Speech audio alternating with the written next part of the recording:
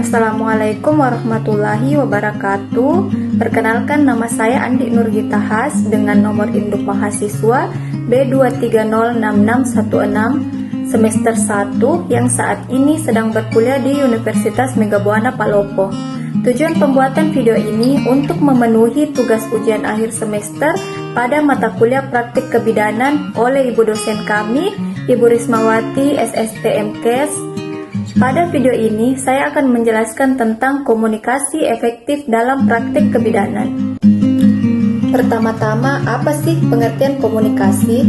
Komunikasi adalah kegiatan penyampaian dan penerimaan pesan atau ide dari satu pihak ke pihak lain dengan tujuan untuk mencapai kesamaan pandangan atas ide yang dipertukarkan tersebut.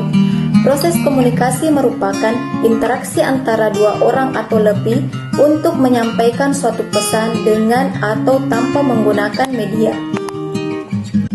Unsur-unsur komunikasi terdiri dari komunikator. Komunikator atau pengirim adalah individu yang menginisiasi proses komunikasi dengan membuat pesan yang akan dikirimkan kepada penerima. Pengirim memutuskan pesan apa yang ingin disampaikan dan memilih media yang sesuai untuk mengirimkannya. Pesan. Pesan adalah informasi yang ingin disampaikan oleh pengirim kepada penerima. Pesan bisa berupa teks, suara, gambar, atau kombinasi dari semuanya. Pesan harus dirancang sedemikian rupa agar bisa dimengerti oleh penerima. Media komunikasi. Media komunikasi adalah jalur fisik atau teknologi yang digunakan untuk mentransmisikan pesan dari pengirim ke penerima. Contohnya percakapan langsung, telepon, surat, email, dan lain-lain. Komunikan atau penerima. Komunikan adalah individu atau kelompok yang menerima pesan yang telah dikirimkan oleh pengirim. Penerima harus memiliki kemampuan untuk memahami pesan yang diterima. Umpan balik atau feedback. Umpan balik adalah tanggapan atau respon yang diberikan oleh penerima kepada pengirim setelah menerima dan memahami pesan. Umpan balik penting untuk memastikan bahwa pesan telah diterima dengan benar dan untuk mengevaluasi keberhasilan komunikasi.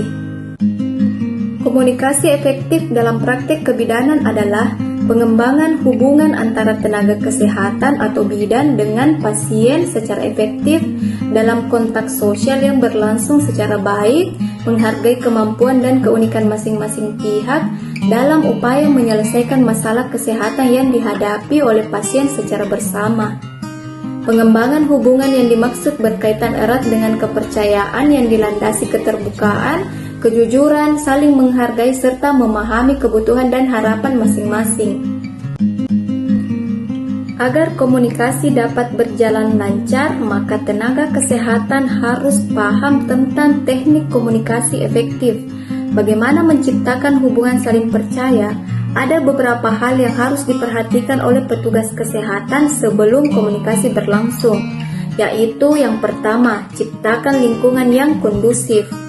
Langkah pertama yang harus dilakukan oleh tenaga kesehatan pada saat berkomunikasi dengan pasien adalah menciptakan lingkungan yang membuat nyaman pasien untuk menjalin suatu hubungan yang profesional.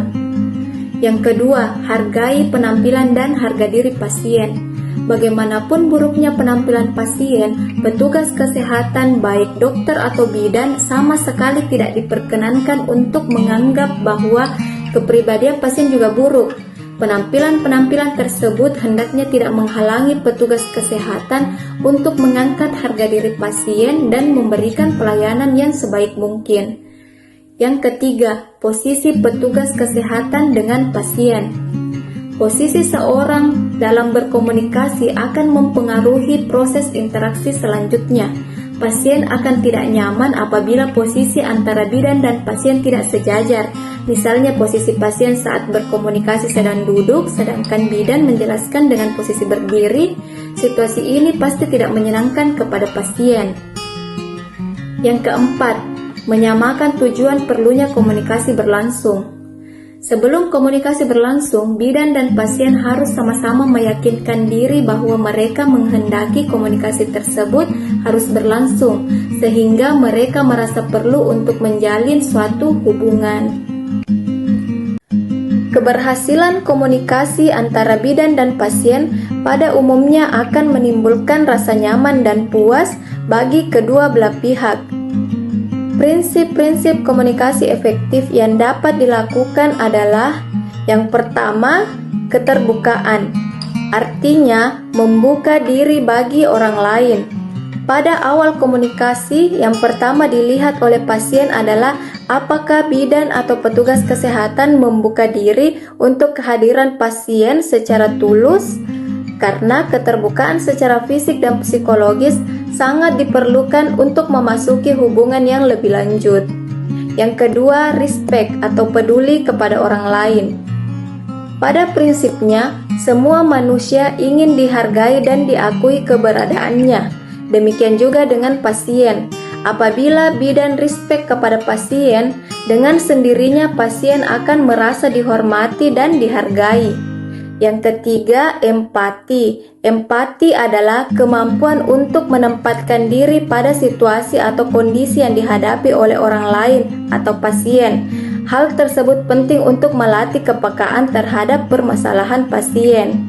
Yang keempat, care atau perhatian adalah kemampuan untuk memberikan perhatian kepada orang lain. Pasien akan merasa senang apabila dirinya diperhatikan dengan tulus. Yang kelima, sikap positif.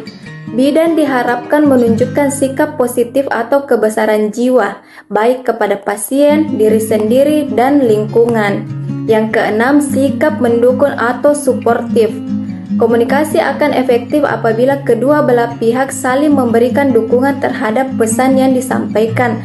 Contohnya, bidan memberikan dukungan kepada pasien guna menyelesaikan masalah kesehatan yang dihadapinya. Sebaliknya, pasien memberikan dukungan kepada bidan dengan memberikan informasi yang berkaitan dengan kondisinya, penyakitnya secara jelas dan kooperatif. Yang ketujuh, rendah hati. Apapun kondisi pasien, tidak peduli apakah kaya atau miskin, berpendidikan atau tidak, pintar atau bodoh, semua itu harus dilayani dengan rendah hati dan kasih sayang. Dengan melakukan komunikasi efektif antara petugas kesehatan dengan pasien, diharapkan dapat memenuhi kebutuhan atau kepuasan kedua belah pihak. Masalah-masalah yang bisa terjadi dalam proses pelayanan kesehatan dapat diminimalkan apabila petugas kesehatan mempunyai keterampilan komunikasi efektif. Komunikasi dapat dikatakan efektif apabila memenuhi 3 hal, yaitu: yang pertama, pesan dapat diterima dan dimengerti serta dipahami sebagaimana yang dimaksud oleh pengirimnya. Yang kedua, pesan yang disampaikan oleh pengirim dapat disetujui oleh penerima dan ditindaklanjuti oleh perbuatan yang diminati oleh pengirim.